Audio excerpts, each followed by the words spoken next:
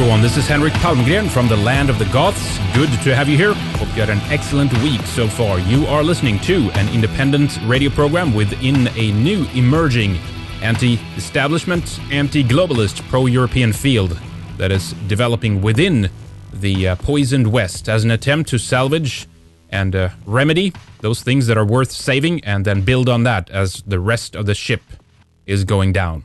Redice.tv is the new website. Also check out redicemembers.com for the full show archives all the way back to our start and all our video material, including our upcoming weekly live show that we'll be doing for members starting now in late May, maybe early June. We have a few more kinks to work out. I keep saying this, but I want to make sure that everyone hears it. Thank you so much to everyone who donated to us during our 10-year anniversary live show. Thank you. We have managed to acquire some new gear, including being able to take things mobile. I've just not had the time to send a personal thank you email to each and every one of you, so I want to make sure that you know how grateful we are for all your help and support. Now, another reason why it's been so busy is that just a few days ago, we spoke with Jared Taylor from American Renaissance, and we will be doing some live streams from the Ameren Conference this year in Tennessee. It's this weekend, May 20th to the 22nd, and we literally just found out a few days ago, so we've been rushing to transform everything into a mobile rig. Well, more or less mobile. Not an easy thing to do, but we are getting there. Still have a few additional tests to make before we are 100% confident that it will work the way we want it to work. So, as you might understand, it's been a few hectic days here, but we're going to put more information both on redice.tv/live and redicemembers.com/live as soon as we can. We are looking at doing one live stream on Friday evening, Eastern Standard Time, probably around 7 p.m. or so. Then on the Saturday, we'll do a couple, possibly three. One at lunch, 12:20 to 2:20. Another one around 5 to 6:30. And then possibly an additional one starting an hour or so after that. So, keep in mind that these times might change. We will do things very much on the fly, to be honest, and we'll have to wing it quite a bit. We found out late and we've been rushing to get just a technical aspect together. So, it'll be more fun and laid back. We'll be talking with some of the speakers a bit. We might show some of the speeches. We haven't actually decided that yet. And, pretty much anyone who want to come by while we live stream. So youtube.com/Red Radio is where you'll quickly see our live stream events as we add them in and start them up. So make sure to subscribe to our YouTube channel to be alerted about that. But as I said, we will put information on the websites, and we will embed the live streams there as well, so you will be able to catch them on the websites. All right, well, let's switch over to our show here today with those announcements out of the way. Tough Love is an artist and a blogger from New Zealand who writes from a Eurocentric perspective on his blog Tough Love Letters. In his life of line, he makes regular solo exhibitions and paintings that deal with abstract language and the history of Western painting. He has been making art since he was very young and pursued it at a tertiary level, which led to technical and teaching positions within the field. Now, recently, he has turned his attention towards the notion of art activism from a new right perspective that aims at taking the tools of the left-dominated art institutions and turning them back on themselves. Here we go. Tough Love, welcome back. Good to have you back on the show again. And by the way, for those who missed it, of course, you were part of our Down Under special with a few of the other guys from Australia. You were our New Zealand point man, so it's good to have you back again. Yeah, thanks a lot. It was heaps of fun doing that show, and I got a lot of good response from it. I've made some good connections with some great people, and I hope that this podcast is going to be even more fun. Absolutely. Well, wonderful. Thanks. And that's good. That means we have some good folks listening in New Zealand and Australia as well. And I bet you there's probably other people too. But we didn't really get a chance to talk about some of your art and your study of art history last time. And I thought that this would obviously be a good opportunity to do that, to cover some of that and talk about some stuff that you write about on your blog, but also some new stuff really that I know that you wanted to go into today. So obviously art, I think, is a extremely powerful and important weapon to have in our arsenal to fight pretty much most of what we're seeing developing in the West these days, so-called progress, which, in reality is regress. So it's a degenerative process that is really eroding the little structure that we have left. But maybe you can first talk with us about your past as an artist and some of the things that you've kind of gone through in your own development in terms of art. Yeah, sure. I mean, the place that we're at today in the art world is very. I mean, it really mirrors the rest of society in large. It's a really confusing place that we're at, and I think that normal everyday people don't really get it. But it's really interesting to look back through history from today and see how we got to where we are today. And in a way, my journey as an artist, it kind of mirrors that in a lot of ways. And so it's there's some quite interesting parallels. In general, um, there's a lot. The confusion around art and abstract art in particular is not only in the general public, but it's definitely in the new right. Understandably so. So I hear a lot about how abstract art is a joke, and that it's a Jewish conspiracy and things like that. Mm-hmm. Right. And while there might be a lot of truth to some of that, I think that it's interesting to zoom into it a bit more and get more of a feel for actually what was going on in these periods when these works were made, and how that can actually be used today. So in terms of myself, when I was a little kid, I've got photos of myself sitting at my drawing table. I always had a setup in my room with pens and pencils and paper. I was always the kid at school who was the art guy. So kids would always get me to draw pictures for them, or if there was something that needed to be done for the class, then I would be given the task of drawing whatever it was. I followed that through high school, but that was when things started to become a little unstuck, because what happens in high school in New Zealand anyway, at the time that I was a student, was that you would study famous artists, but the way that they get you to study it was to copy the paintings. Really? Or copy the style of the paintings. So in a sense, we were making duplicates or variations of what was essentially the end result of a process that the artist got through to paint a painting. So the actual way that the artist got to where they're at, or what they were actually trying to consider when they made the painting, wasn't even really addressed. So it was quite an artificial way of doing things. And even at the time, I remember it confusing me. But then when you get out of high school and then you're faced with what you're going to do after that, there was no university in my town that was offering a fine arts degree.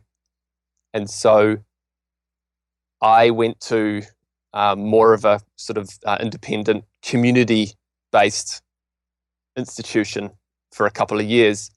And what happens at places like that, there's a real divide here between university and the more kind of like community courses, is that at university you're taught avant-garde practice. So you're taught the cutting edge of art as a discipline. Whereas at these other places, you're more taught technique. Mm-hmm. Right. So you're taught, how to paint a still life. You're taught how to mix color. Basic rules of composition. So it's much more of a kind of crafty, cozy sort of dabble. You sort of dabble in different things. You try a little bit of this and you try a little bit of that. And in a sense, that was actually really good, because I didn't get overloaded with a whole bunch of critical theory when Right. my brain was very young. What's happening is that students are going into university straight out of high school, and they've got no life experience, and they're getting bombarded with papers that they absorb and they read with theory, and then art kind of gets made out of that. Horrible. And I learned horrible. and I learned this when there was a fine arts course that was started up in my town. So after the sort of more community-based thing, I went into the university system, and I was in my late 20s by then, so I had some life experience, and I was one of the older students. There were sort of 3 or 4 of us who were heading into our 30s, and the rest of the students were 18 or 19 years old, Right. straight out of high school. Yeah. And I got really disillusioned really quickly, and I didn't actually really know why at the time. I just knew that I just saw that kids were coming in as painters and drawers, and they were leaving as video artists and performance artists. And there's not necessarily anything wrong with that. It's just that it was the way that theory was getting applied to practice. This is in hindsight, I've realized. Of course. Yeah. Yeah. That was the problem. And so at the time you were like, hey, this is awesome. Or what was your attitude at the time? Well, the first year that you go in, it was it was pretty hands-on. You were doing drawing studio and you know, pretty hands-on stuff, and I was excelling in these areas where it was actually a lot like the community kind of based courses that I did. You just go in and there's a setup on the table, and today you're using paint and charcoal, and you just go for it, and that was great. But then once you move into the second year, then that's where it really starts. You really start getting hit with the readings and stuff, and the critical theory, and then so I didn't really last past. I sort of got a term into the second year, and then I was like, you know what? This just is not sitting right with me, and I just bailed. Yeah. And I remember after that sitting at home at a table with a wine bottle and an orange and a fucking bowl of flowers on the table and some paints, and I'm sitting there and I'm making a painting. This is just purely because it's what I want to do. And I remember sitting there and going, but what's the point? Like, right. What am I doing? What relevance does this have to anything? Yeah. Am I just painting a pretty picture that is going to make someone go, "Oh, that's nice," and then that's it? And I actually resolved to give up at that point. Just give up. I was like, well, university is not doing it for me. I don't see any point in what I'm doing here. So to hell with it. And I just made an actual conscious decision then to just stop, which is pretty sad. Yeah. Considering it was something I'd done naturally my whole life. So it was so it was really ruined for you then in that way, right? Too much maybe analytical processes got in the way there of just creativity maybe. Both systems had failed me. The community-based course was all kind of like technique with no theory. And then the university course, it was almost like it was all theory with no technique in a way. Right. And I didn't have the skills to resolve the two. But then a couple of years later, I realized that I was going to go mad if I didn't do something, get back into it. I realized that I couldn't not do it. And a bunch of really sort of fortuitous circumstances led me towards a course that's still offered here in New Zealand that I got a scholarship to. And I was kind of just doing it because I was like, well, I've got to do something, and I'm getting a scholarship to do this, so why not? And it turned out that this course put the two irresolvable differences together. And so through studying there, I went on to be a technician for the studio. Then I actually taught the course for a couple of years. And then when I had my fill, I left, and I've been generating my own art practice ever since, with still a lot of questions and confusion, which I think is never going to go away, but with a conviction that I never had before. Running parallel to that is getting into, kind of conspiracy stuff at the same time. So I remember a friend introducing me to David Icke and really getting into, that whole world that's there. You know it well, Henrik. Oh, yeah. But then coming through into the alt-right or the new right, and that causing me to re-question everything that I'd learned in art before. Mm-hmm. And now I'm at a point where it it needs to go somewhere where it's actually gonna take it on a new tack and hopefully help the situation that we're in today in some way. Well, I think this is important because I think, at least with the view on the history of art, there's an incredible amount to learn there, and also to use, as I said in the beginning, as a weapon in our battle in many ways. I think it's just in more recent terms, and we can get into this discussion whether modern art is all bad, or if there is some stuff there that we still can utilize. But I've become so jaded with art because, frankly, of all the reasons you mentioned, that all the art is pretty much the same. It's all about pushing the envelope, making it radical, breaking all the what they perceive to be these boundaries that has to be broken all the time, and it's just not much there anymore, to be honest. Absolutely. It's I can't even really try and keep up with it too much because it's just too.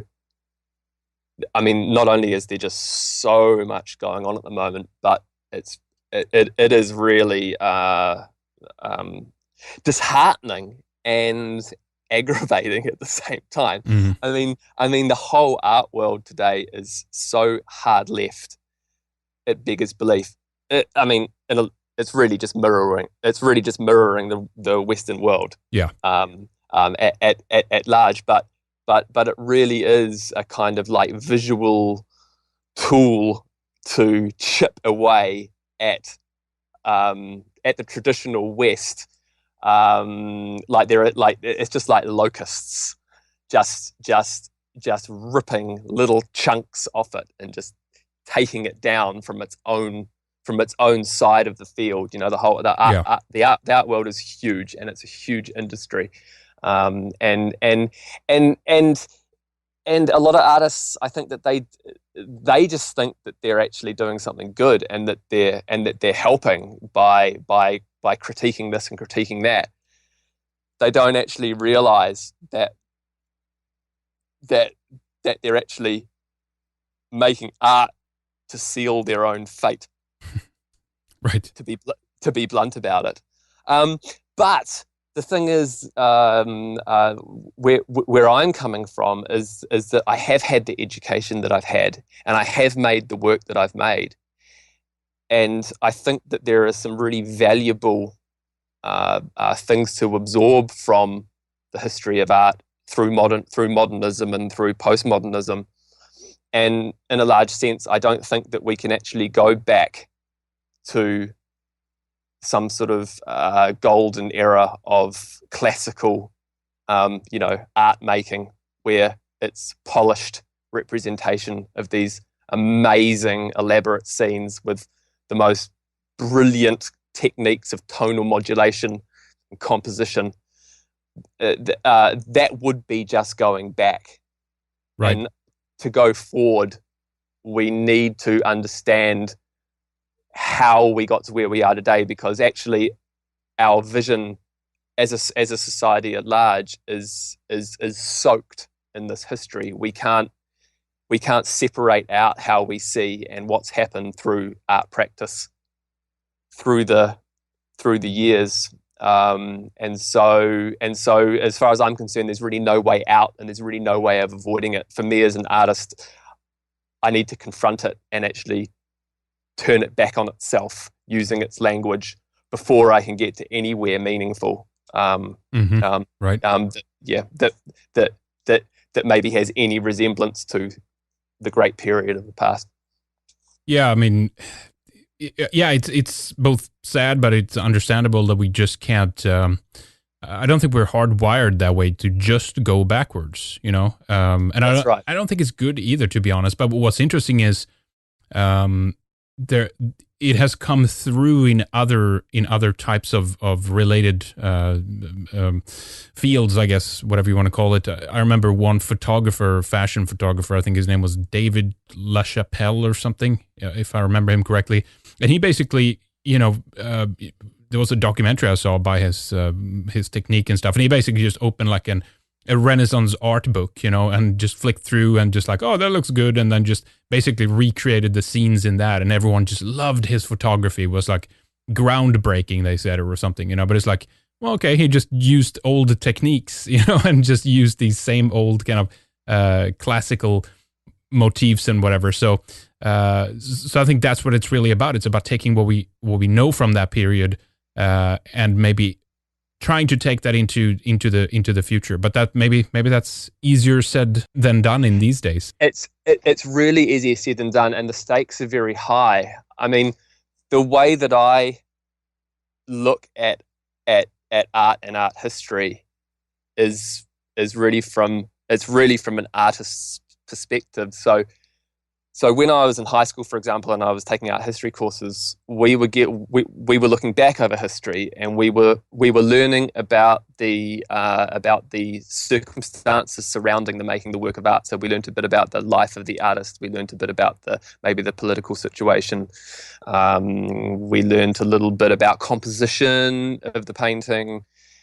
But for me, I was never that engaged in it. There was always something missing. I felt like I wasn't actually getting to the heart. I wasn't getting to the heart of the painting itself, the actual object, and what it was doing. And it wasn't until I had my most sort of recent education that I realized that there's actually another criteria for which to assess what artists were doing, that you can sort of look at from as far back as you want to go until today, and it actually makes it make sense.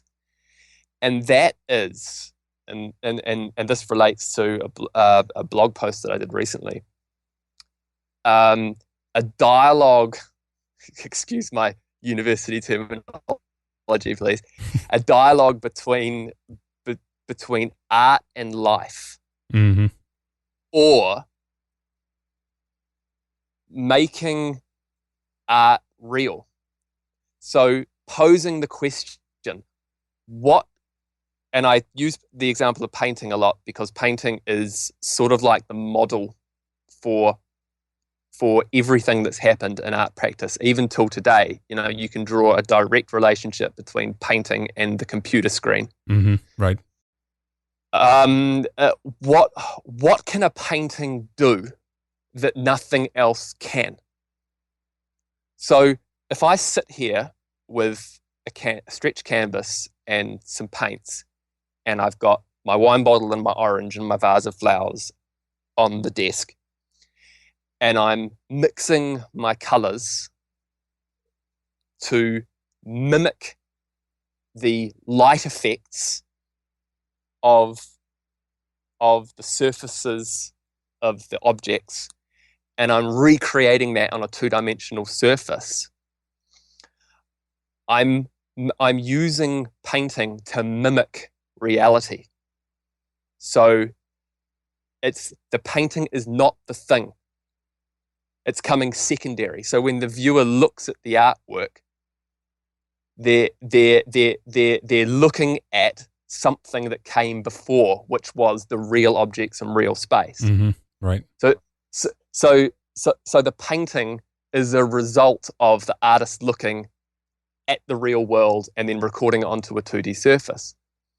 Now, when you look pre-photography, that's painting doing something that nothing else can, because there were no other means of capturing a likeness of something.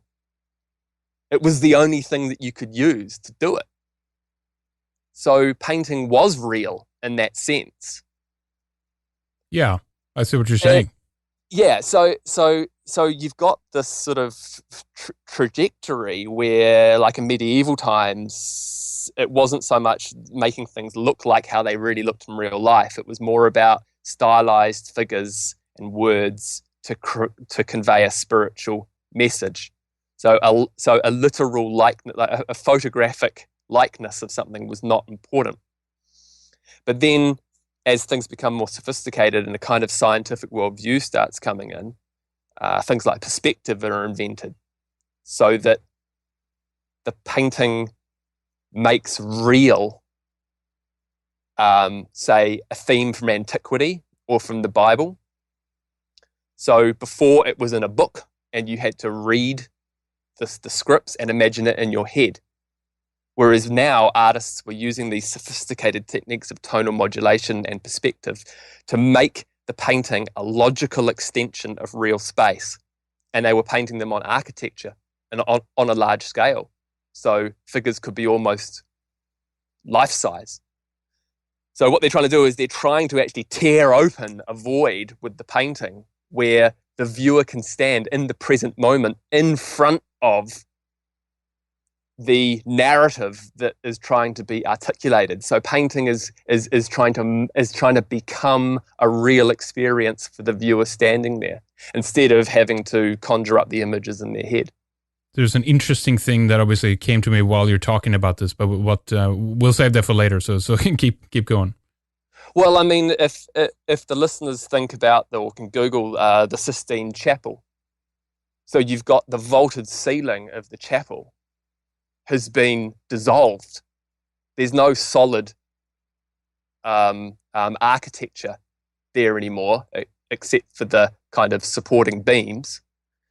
The flat surface of that structure has been literally opened up to the heavens. So you look up, and the artist has created a logical extension of space, vortexing, say, into the heavens with all of these characters, some of them sort of like sitting on the real architecture, interacting with the real space of the chapel. But this is an experience that the viewer couldn't have any other way to make these myths have become as real as they could possibly come in a visual experience.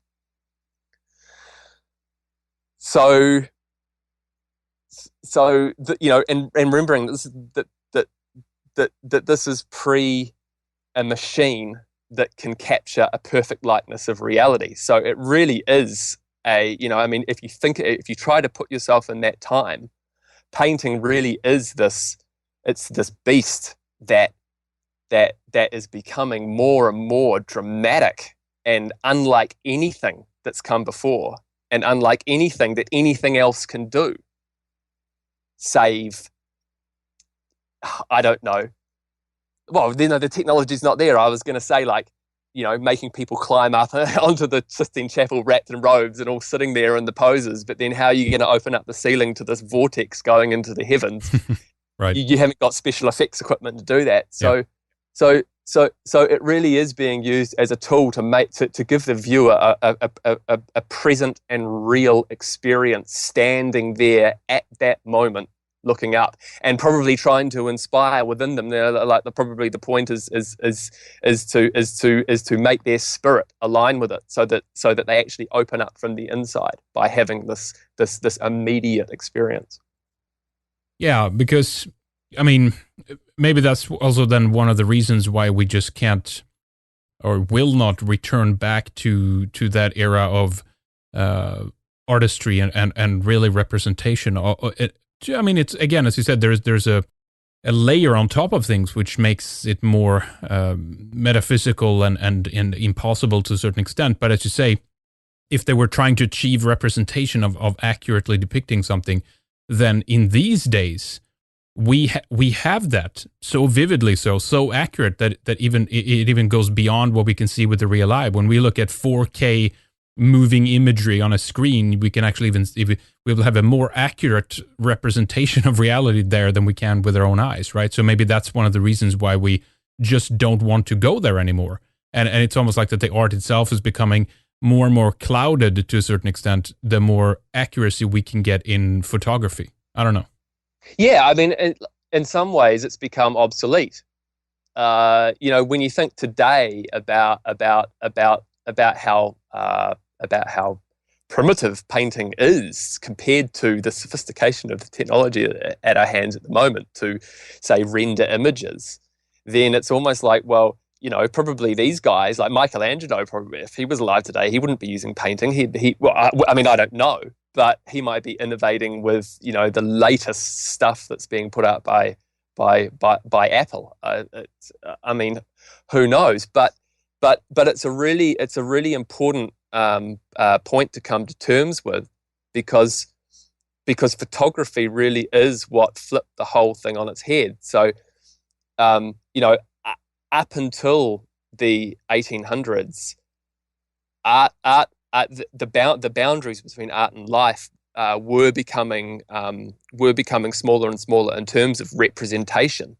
So artists were beginning to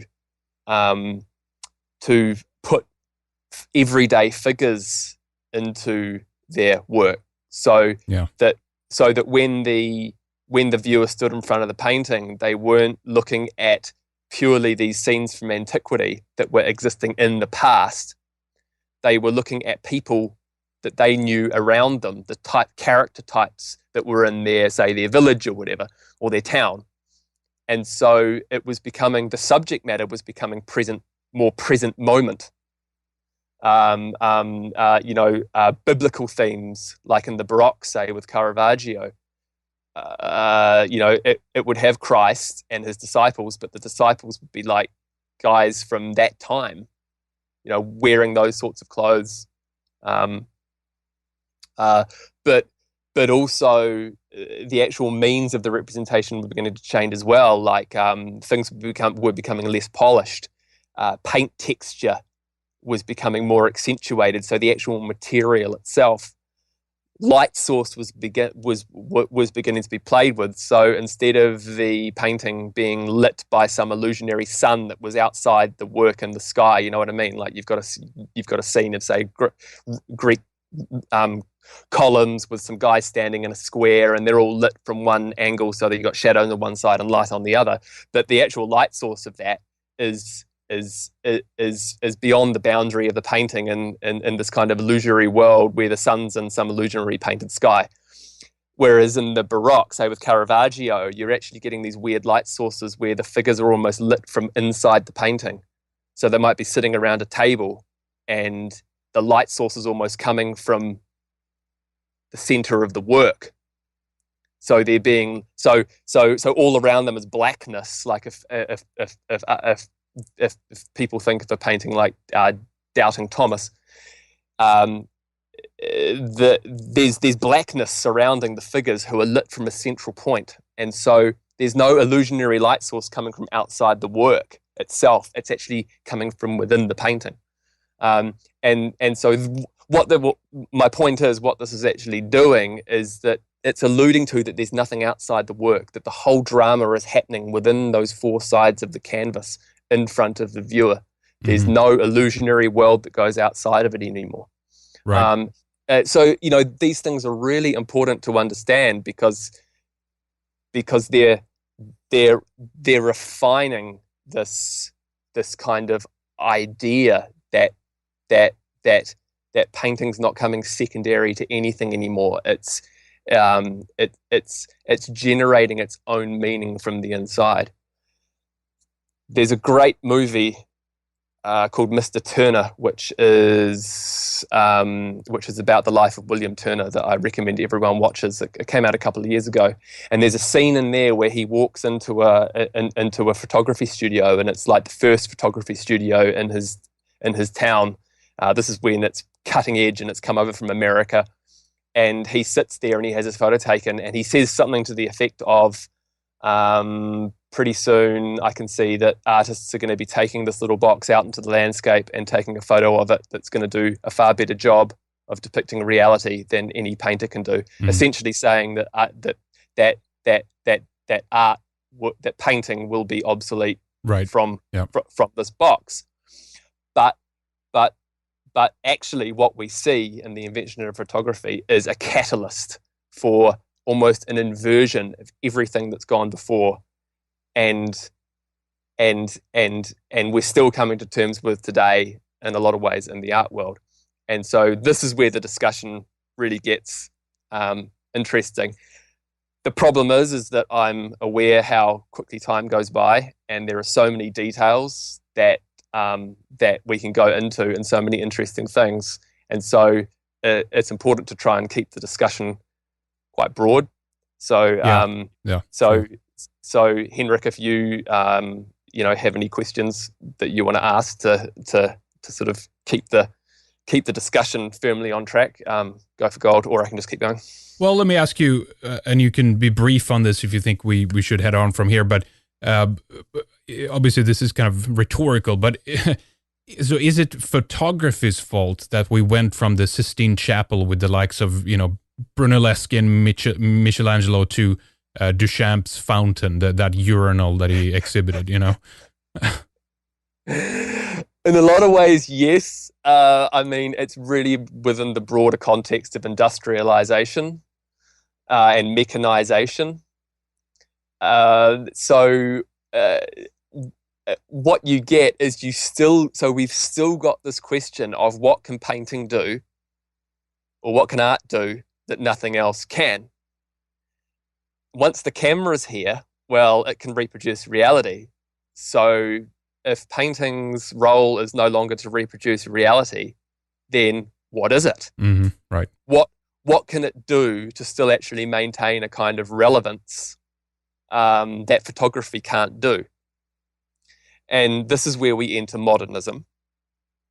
And a way that I really keep myself grounded with what is modernism is just a really simple way that I'm sure the listeners will understand, is that if you just think of modernism as opposed to traditionalism, if you think of the modern world, the idea of a modern world as opposed to a traditional one. And in a lot of ways, the way this manifested in the arts was a kind of erosion of the modes of, say, aesthetic production that came traditionally before. This was happening in music as well, and it was happening in writing. So the very hierarchical structures that dictated what constitutes a painting, or what constitutes a piece of music or a piece of writing, were almost turned back in on themselves and kind of flattened. The hierarchy was sort of being leveled out, and we can see this literally as we track through the 20th century, that art became like a literal visual manifestation of the dismantling of traditional hierarchies.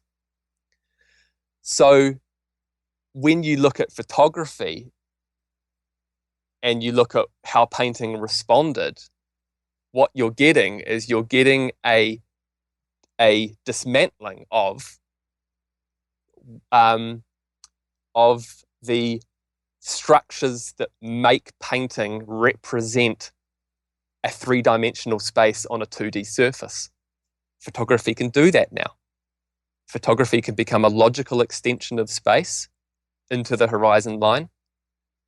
It can deal with tonal modulation perfectly to render a three-dimensional object on a 2D surface. Once color comes along, it can handle color too. So what's a painting? Well, a painting is a rectangle or a square. It is a flat surface. It is liquid pigments from a palette mixed and put onto that surface. It is material color, it's line, it's plane, and all of these things have a job. All of these things have a traditional job that have been used to create a classical painting. And so this really bizarre, all of these really bizarre art forms that we see, like if you think of Impressionism, which I think a lot of viewers today still actually see as traditional. You know, a lot of people who criticize modern art might, from today's point of view, see Impressionism as linking with the great Western works of a bygone era. But, you know, at the time, Impressionism was very much sneered upon. It was seen as degenerate. It was seen as crude, as primitive, and all those sorts of things. You've got Cubism, which takes it even further. Pure abstract art, where, you know, like geometric abstract art. And if you look at those things, I mean, even if you just go from Impressionism, I'm sure that most people know what a Monet looks like. If you take a Monet, if you take a Picasso, and if you take a Mondrian, you can see this complete exclusion of the illusion of depth, of any identifiable object, of any representation of an object, you know, if you look at a Mondrian, where's the hierarchy in a Mondrian? You've got primary colors, like unmixed, say, primary colors, red, blue, and yellow.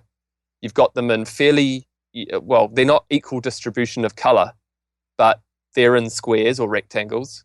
And then you've got white and black, you know, lines, I would reluctantly call them. So the squares of the work are mirroring the squares of the canvas support. And they all just kind of sit there really flat. And you think, well, what's the meaning there? Like, what am I possibly supposed to derive from this? Right.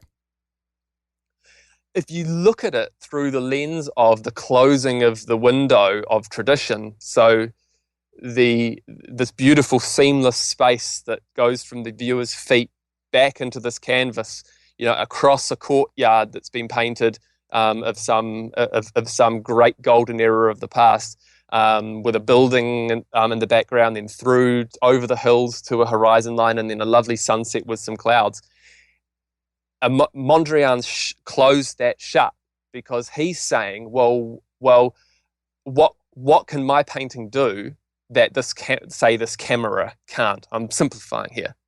And so he's given you like the building blocks of a painting. He's just got rid of all extraneous content, and like it's a reductionism. He's reduced it down to like the bare elements of what a painting can be.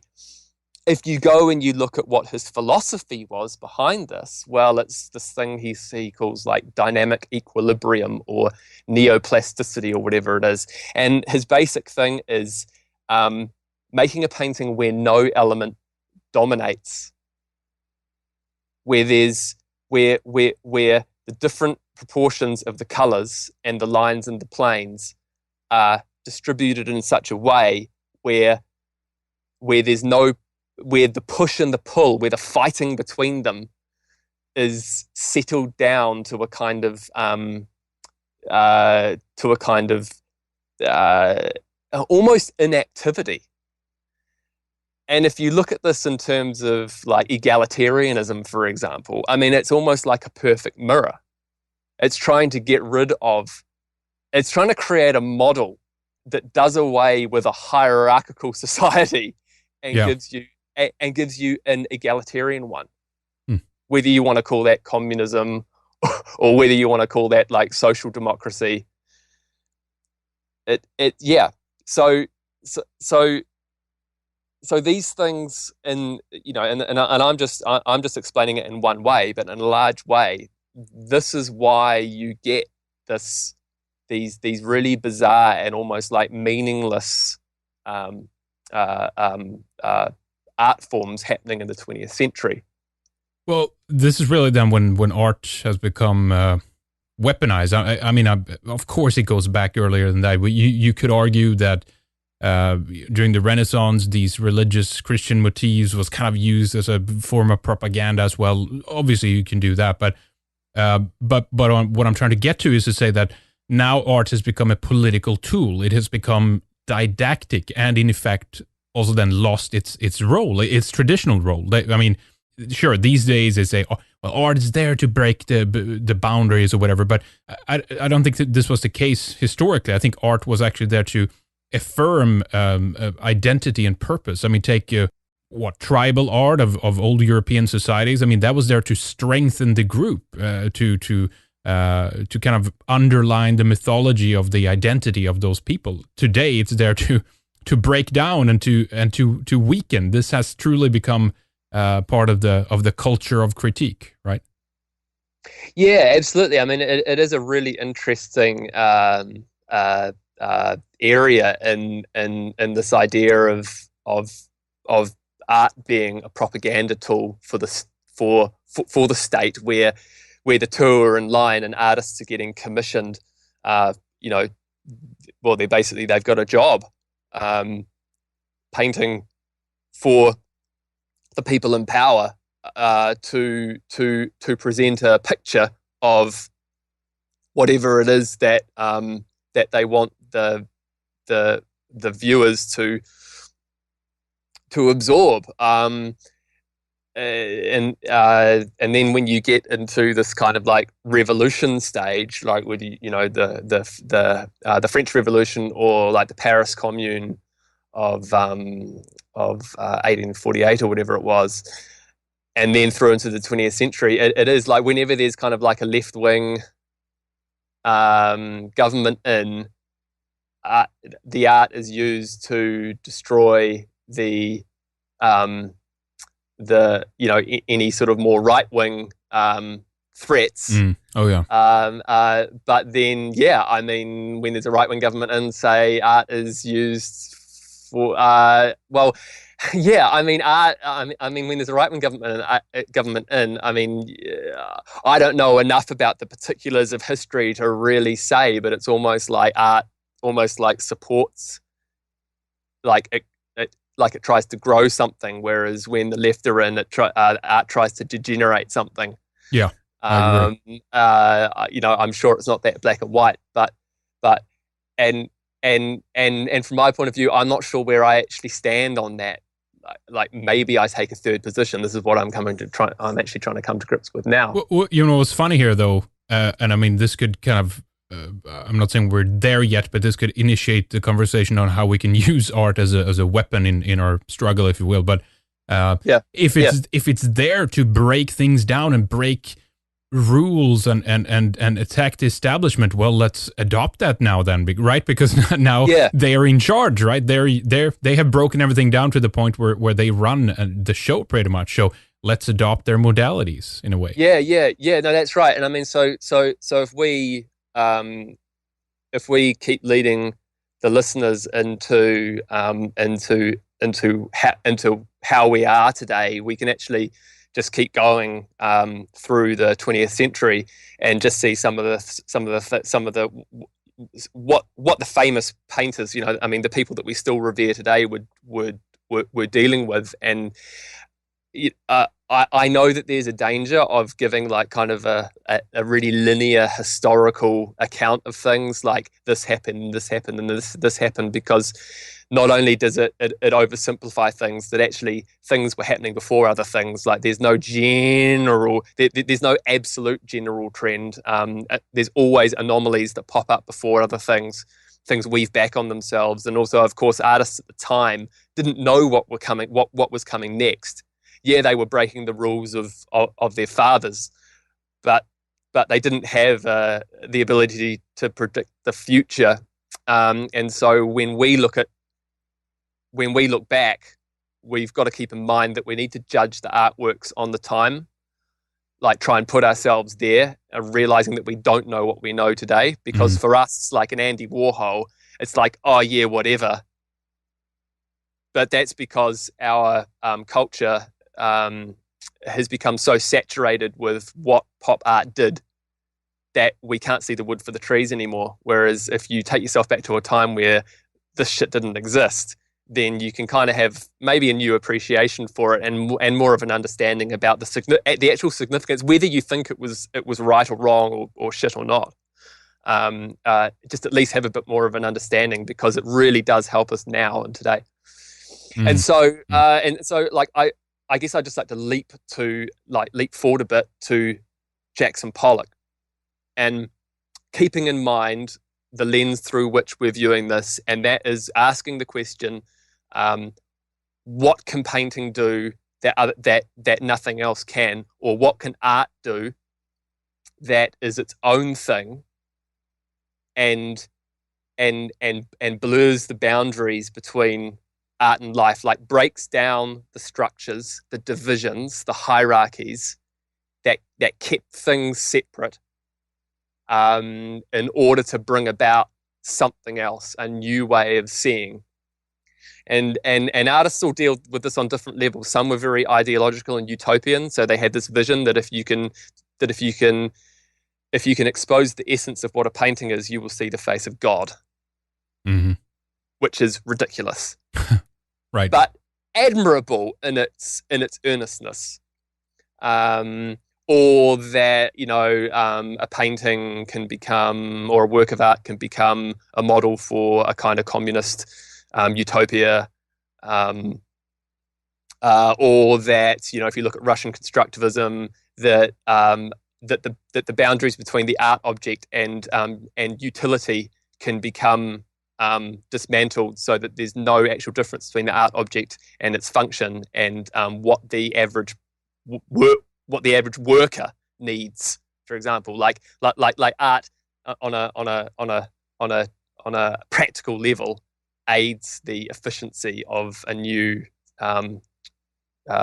communist utopia, for example. Right. But yeah. But okay. So we're keeping these things in mind. Jackson Pollock, when we're looking at this kind of tearing down of hierarchy. Now, I don't know, also artists do things sometimes and they don't actually mean, or a lot of the time, an artist will make a painting and they don't mean, like, the meaning of the painting when they've made it isn't the meaning that they started with. So you put an artwork out into the world, and you might have meant it to be a really angry work, and then people might come to it and go, "Oh, this is really, passionate," or I actually feel really happy off of this work. So your intention can only go so far. Does that mean they're a bad artist and they can't really express what they want to express then? Or? No, it doesn't. What it means is that you're working with unknowns. So you're putting into action parameters that you're trying to push, and then what the artwork is something that you could not have predicted. So you're actually giving the work room to breathe and have its own life. Sure. And take things forward, because, like, let's remember, like, art from other cultures, it's fairly static. Like, I'm talking about traditional. So there's not really much innovation. They have these ways of, like, carving or painting, making designs and things that serve the purpose. But when you look at them in contrast with Western practice, like avant-garde practice, it's just moving forward all the time. Whether you go back to the 13th century and you look at the breakthroughs in perspective and tonal modulation and the ability to render the real world on a 2D surface, it's just constantly pushing these boundaries.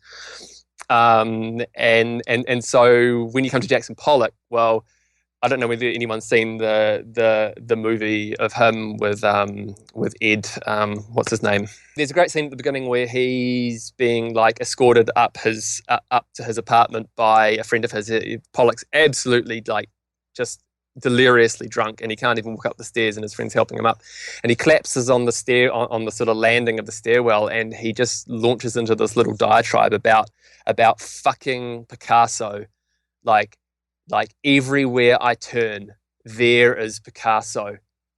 As in, what he's saying is, he's not saying that he hates Picasso. He actually loves Picasso so much that he's become trapped, because everything that Jackson Pollock was working with at the time was this kind of expressionist version of Picasso.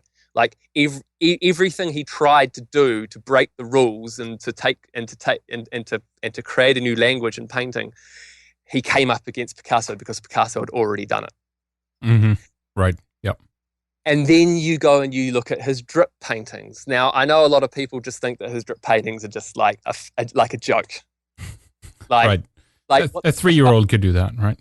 A 3-year-old could do that. It's just splatters on a surface. This is just taking the piss. This is throwing art back in the faces of the viewer. Yet it's being sold for millions and millions and millions of dollars. What the fuck? And I totally get that. But aside from what you think about it, you've got to see it in terms of its importance of getting us to where we are today. And I'll just hit on this really briefly, in that it, the job of the tools of painting still in Picasso in a lot of ways are that you've got color that gets painted as a plane that is bounded by a line. No matter how abstract the work, this is still the job of these different elements in a painting. Whereas when Pollock dips his stick into a can of house paint and he lets it fall from the stick and gravity take it down to the surface, then you've got no plane anymore. And the line, which is the drip, and the color are the same thing.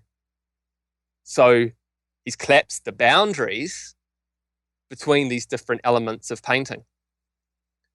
When it falls to the floor, it's more like a mat than a work. So traditionally, artists, no matter how, even Mondrian, he's still working with his painting on an easel. He's still got it up, mirroring the world in some way. Like he has to use a paintbrush in order to move his paint from a palette on the tabletop up through space onto a vertical surface and make it stay there. Whereas Pollock's eliminated that. Like he's not fighting against gravity anymore. The paint is falling down with the physical force that dictates everything else in the universe, if you want to look at it like that. So when these thick skeins of paint get layered up and layered and layered up on this huge surface, when that goes on the wall, you're looking, not only are you looking at something that's really flat, like the paint falling and drying is maintained in that work that's now vertical on the wall. So you try to look at it as an illusion, as a cloud, as an atmosphere, as a landscape even. Like your visual perception is trying to make it look like an illusion, but the sheer physicality of its making and gravity being a part of that is holding out against your ability to do that. So you're kind of pinging between it's real, it's an illusion, it's real, it's an illusion, it's real, it's an illusion. But more importantly almost is that this is where, and this is for the understanding where we are today, this is where process comes into painting, as in it's the process, it's the repeated process of painting that's generated the meaning of the work itself. So gravity has subjected the material of the paint to its own materiality. It doesn't transform the paint into something else. It's maintained its own sort of integrity in that way. So when you look at that through the lens of art and the boundaries between art and life collapsing, well, you've now brought in the physical universe. Like the actual physical universe is now having a major dictating role in what makes the work of art, the form that the work of art takes. Does that make sense? Yeah, I mean, it's the question is if it's like, is it meant to be, the word apophenia, right? That you kind of you perceive meaningful patterns within random shapes and stuff, right? Yeah. And the question is that the achievement? Because I heard it pretty interesting. It was an Indian guy. I forget his first name. It was Ramachandran or something, and he was he started like not psychology, but like brain waves and stuff like this. Synapse flow and things like this. And he did studies on art and how human brains reacted to art. And his way was like almost more mathematical. He basically said, if your brain is firing when you're looking at something, then it's good art. Whether you like it or not doesn't matter. It's good art if your brain is like trying to figure things out, right? That's why it was like, so according to his method, it was like, that's why Picasso were like, an eyeball is kind of off to the side and the nose is unproportionate and almost two-dimensional. When that happens, your brain is trying to like figure it out, right? It's trying to piece it together. And he said, that's what it's all about. I don't know if you would agree with that, but. Yeah, I mean, it's a pretty interesting one. I think that's kind of a given in when a viewer looks at an artwork. That's part of the game that artists are involved with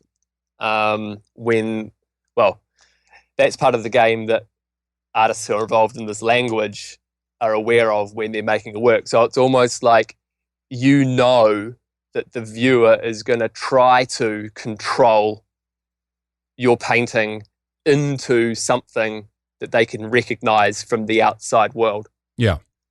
It just seems to be a basic way that we perceive, and so an artist, when they make, like an abstract artist, when they make a painting, it's almost like they're working against the viewer to put pressure on that propensity to control the work into something, and through putting pressure on it, you're hopefully opening up something else to happen, where you're denying them that ability to do that, but through that, because a work is very easily dismissed, like an abstract painting is very easily dismissed when a viewer can look at it and they can go for sure, oh yeah, that looks like a landscape. I can see that plane there is like the foreground, and then that is the background. Then we've got this atmospheric illusion going off into distance. Once a viewer has felt that they've controlled it, then they move on. Yeah. Whereas if you can deny them that to a point, then they can't control it, and so you can almost catch them so that they can't resolve it. And I think that a work of art works best when it can't be resolved, when the viewer's constantly in a process of negotiation of the painting to make everything fit, but there's something in there that they haven't seen before or whatever, and then that. Yeah. But that can be the event itself too, right? It doesn't have to be the composition or the way that you've put the piece together. It could be, you can look at a painting of, a king or something that has been shot from the 1500s, or 1600s or something. And there's tons of different things going on in there, but people return to it and look at it again and again because obviously, as you say, this is part of it, that you project your stuff onto it. You allow the artwork to become a part of you. You're letting it in to a certain extent, and the more you find in it, so to speak, the better it will become to you. That's kind of a given, I guess. Yeah, I mean, I kind of hold this view that the appeal of a work of art, like say we go back to a painting from the Renaissance, for example, that we can marvel at a particular painting, for example. But my question is, what is it about that painting that is making you marvel? Like, is it the narrative? Is it actually the particular story that's being told with these figures in the work? Or can we interchange those figures with other figures and you're still going to marvel because it's what the painter has done with his paint. Like, it's the polish of the finish that he got on rendering those robes, or that, the quality of that flesh that he rendered, so you can almost reach out and touch it and it's going to feel like flesh. So it's the way that he's worked with his tools, with his means. It's the interaction between him and that surface that's generated that reaction in the viewer, where it's like, oh my God, it takes your breath away. Yeah. yeah, like I mean, I've got a collection of paintings at my place, and like landscapes, and it's not that that a particular painting represents a scene from the town that I grew up in. Like that's a sentimental value. But if that painting was really badly painted, by that rule, I'd still love it because the meaning of it for me is that it depicts the town that I paint that I came from. So Right. Yeah. so very rarely do people hang a work of art in their house purely because it just reminds them of something that they're sentimental towards. They hang it in their house because it does something. Like the artist has actually gone through a process with his brush and his paints and the canvas, where the result is this thing that you just go, yeah, like yes, there's something in it. And I maintain that it's that engagement, it's the way that it's the relationship that they've had with their material and the process of how it's got onto the thing. It doesn't matter whether it's a vase of flowers, a still life, a piece of history painting. It doesn't. It doesn't. At the end of the day, it doesn't actually really matter. I mean, it does, right. but it, not to the person who appreciates it. It doesn't, right? You've got to understand the difference, because it's where the question is, where does the meaning lie? And well, if you have a photo of a monument in America, let's say, and then you have a painting of that monument, there's a difference between the two things. The similarity is that they're both depicting the same thing. But the difference is that the painting is painted with paint by a person who has had to do things with a brush to get it to look like it does. And he scrubs that brush on the surface to get it there, or he waters his paint down. He does it in thin washes, or he uses it thickly so that when you look at it, the light of the room is catching these brush strokes. And it's a touch. It relates to the body. You actually have a physical sensation of it when a painting is done really well. Well, so yeah, go on. Yeah, no, I wanted to say as well, definitely finish that thought, but time is just running away from us here. We'll need to take a break here soon, but before we do that, I wanted to if you wanted to maybe introduce the topic briefly that we want to discuss more in the second, and because I do want to get into this aspect of how we can use art in our, kind of in our battles today. I think that's kind of the weight of all of this at the end of it, but if there's something you want to wrap up on what we just talked about, please go ahead and do that first.